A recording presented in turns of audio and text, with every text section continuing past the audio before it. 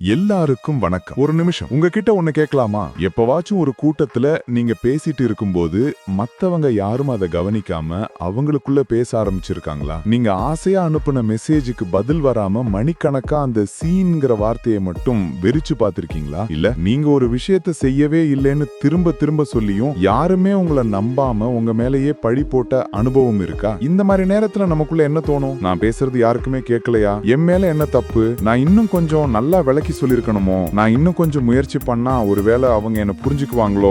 இப்படிதானே நம்ம மனசு இயல்பாவே இப்படித்தான் யோசிக்கும். ஒருத்தர் நம்மளை மதிக்கலன்னா நாம உடனே 3 விஷயத்தை செய்ய ஆரம்பிச்சிருவோம். 1, அவங்களுக்கு புரிய வைக்கணும்னு திரும்ப திரும்ப விளக்கம் கொடுப்போம்.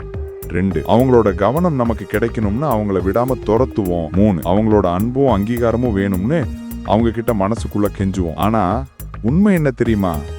நீங்க செய்யற இந்த 3 விஷயம்தான் மத்தவங்களை உங்களை இன்னும் மதிக்காம இருக்க வைக்குது. ஆமா, நீங்க உங்களை அறியாமலேயே உங்களுக்கான மரியாதையை நீங்களே குறைச்சிக்கிட்டு இருக்கீங்க. இன்னைக்கு நம்ம பார்க்க போறது ஒருத்தர் உங்களை மதிக்காதப்போ என்ன செய்யணும்னு இல்ல, என்ன செய்யவே கூடாதுங்கிறத பத்தி தான். விளக்கம் கொடுப்பதை, துரத்துவதை, கெஞ்சுவதை, இந்த 3ஐயும் நிறுத்தினா உங்க வாழ்க்கையில என்ன மேஜிக் நடக்கும்னு பார்க்கலாமா? முதல்ல விளக்கம் கொடுப்பதை ஏன் நிறுத்தணும்? ஒரு கதை சொல்றேன் கேளுங்க. 19ஆம் நூற்றாண்டுல வின்சென்ட் வான் கோன்னு ஒரு ஓவியர் இருந்தார். இன்னைக்கு அவரோட ஓவியங்கள் கோடிக்கணக்கில் விலை போகுது. ஆனா அவர் உயிரோட இருந்தப்போ அவரோட ஒரு ஓவியத்தை கூட யாராலையும் வாங்க முடியல. ஏன்னா அவரோட ஓவியங்கள் யாருக்குமே புரியல. என்ன இது கிறுக்கி வச்சிருக்கான்னு சொல்லி எல்லாரும் அவரை ஒதுக்கினாங்க. இப்ப யோசிச்சு பாருங்க, வான்கோ மட்டும் ஒவ்வொருத்தர் வீட்டு வாசலையும் நின்னு, ஐயா இந்த ஓவியத்துல இருக்கிற மஞ்சள் நிறம் என் மனசோட வலிய காட்டுது, இந்த சுழல் பிரபஞ்சத்தோட இயக்கத்தை குறிக்குது அப்படின்னு விளக்கம் கொடுத்துக்கிட்டே இருந்திருந்தா என்ன ஆகிருக்கும்? சற்று கிண்டலான குரல்ல மக்கள் அவரை ஒரு பைத்தியக்காரன்னு சொல்லி இன்னும் அதிகமா ஒதுக்கி இருப்பாங்க. சரிதானே? அவர் அதை செய்யல. அவர் விளக்கம் கொடுக்கல.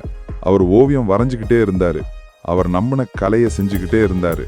அவரோட அமைதி, அவரோட செயல்கள், அதுதான் அவரோட மிகப்பெரிய விளக்கம். காலம் கடந்து இன்னைக்கு உலகம் அவரை கொண்டாடுது. நாம எப்போ ஒருத்தருக்கு திரும்ப திரும்ப விளக்கம் கொடுக்க ஆரம்பிக்கிறோமோ அப்பவே நாம ஒரு பலகீனமான இடத்துக்கு போயிடுறோம். தயவு செஞ்சு என்ன புரிஞ்சுக்கோன்னு சொல்றதுக்கும் தயவு செஞ்சு என் மேல இரக்கம் காட்டுன்னு சொல்றதுக்கும் பெரிய வித்தியாசம் இல்லை. உங்க செயல்பாடு சரியா இருக்கும்போது, உங்க நோக்கம் நேர்மையா இருக்கும்போது நீங்க யாருக்கும் எந்த விளக்கமும் கொடுக்க வேண்டிய அவசியமே இல்லை. சிங்கம் காட்டுக்கு ராஜான்னு நிரூபிக்கிறதுக்கு காட்டுல இருக்கிற ஒவ்வொரு மானுக்கும் முயலுக்கும் விளக்கம் கொடுத்துக்கிட்டு இருக்குமா என்ன? அதோட இருப்பு, அதோட கர்ஜனை, அதோட செயல்பாடு, அதுவே எல்லாத்துக்கும் பதில் சொல்லும்.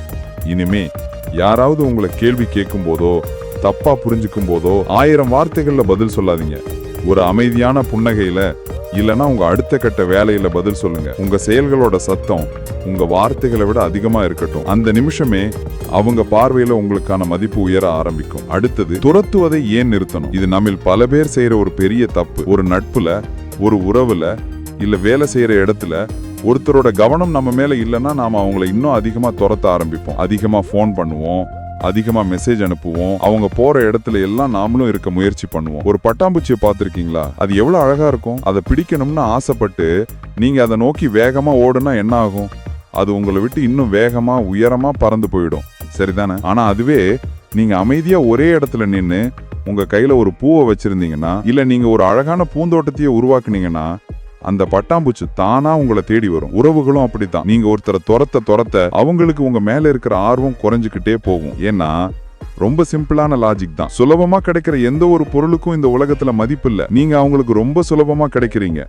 உங்க நேரம், உங்க அன்பு, உங்க கவனம், இது எல்லாத்தையும் அவங்க கேட்காமலேயே நீங்க அள்ளி கொடுக்கும் போது அது மதிப்பு இல்லாததா மாறிடுது. அதனால துரத்துறது நிறுத்துங்க. பதிலா உங்களை ஒரு பூந்தோட்டம் மாதிரி மாத்துங்க. உங்களுக்கு பிடிச்ச விஷயங்களை செய்யுங்க. உங்க உடம்ப கவனிச்சுக்குங்க. புதுசா ஏதாவது கத்துக்குங்க. உங்க இலக்குகளை நோக்கி ஓடுங்க.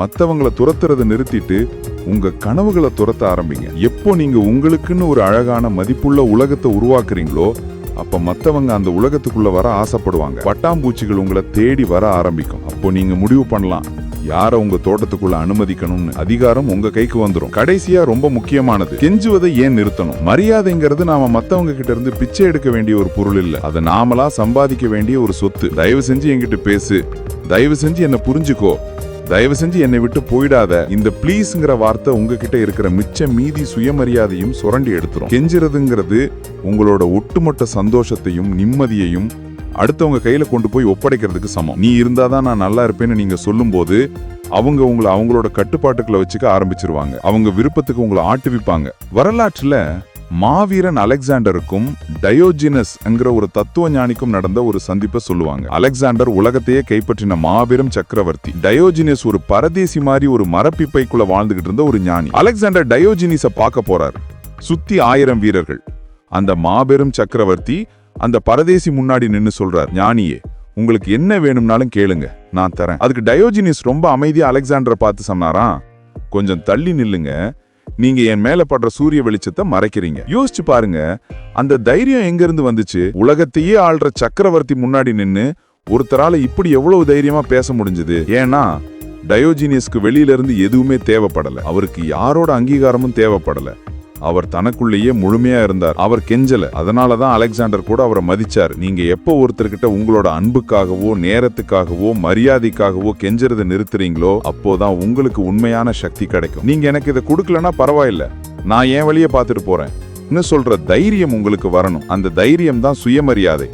அந்த சுயமரியாதை இருக்கிறவங்கள தான் இந்த உலகம் மதிக்கும். ஆக இனிமே உங்களை யாராவது மதிக்கலன்னா அவங்க கிட்ட சண்டை போடாதீங்க, அவங்க கிட்ட அழுது புலம்பாதீங்க, அவங்களுக்கு விளக்கம் கொடுக்காதீங்க, துரத்தாதீங்க, கெஞ்சாதீங்க. பதிலா அமைதியா ஒரு அடி பின்னாடி வாங்க. உங்க கவனத்தை அவங்க மேல இருந்து எடுத்து முழுசா அவங்க மேல வைங்க. உங்களை நீங்க நேசிக்க ஆரம்பிங்க, உங்களை நீங்க மதிக்க ஆரம்பிங்க, உங்க நேரத்தை மதிப்புள்ளதா மாத்துங்க. மரியாதைங்கிறது ஒரு நிழல் மாதிரி. நீங்க அதை துரத்துனா அது உங்களை விட்டு ஓடிக்கிட்டே இருக்கும். நீங்க உங்க வழியில சூரியனை நோக்கி நடக்க ஆரம்பிச்சா அந்த நிழல் உங்களுக்கு பின்னாடி தானா வரும். உங்களுக்கான மரியாதைக்கான சாவி மத்தவங்க பாக்கெட்ல இல்ல, அது உங்க கையில தான் இருக்கு. அதை சரியா பயன்படுத்துவீங்கன்னு நம்புறேன். இந்த வீடியோ உங்களுக்கு பயனுள்ளதா இருந்திருந்தா ஒரு லைக் பண்ணுங்க. உங்கள மாதிரி சுயமரியாதையோட வாழ நினைக்கிற உங்க நண்பர்களுக்கு இதை பகிருங்க, அவங்களுக்கும் இது உதவலாம். உங்க கருத்துக்களை கீழே கமெண்ட்ல சொல்லுங்க. மறக்காம நம்ம சேனலுக்கு சப்ஸ்கிரைப் பண்ணுங்க. அப்பதான் இது மாதிரி ஆழமான சிந்தனைகளோட நான் உங்களை மீண்டும் சந்திக்க முடியும். அடுத்த வீடியோல சந்திப்போம். நன்றி.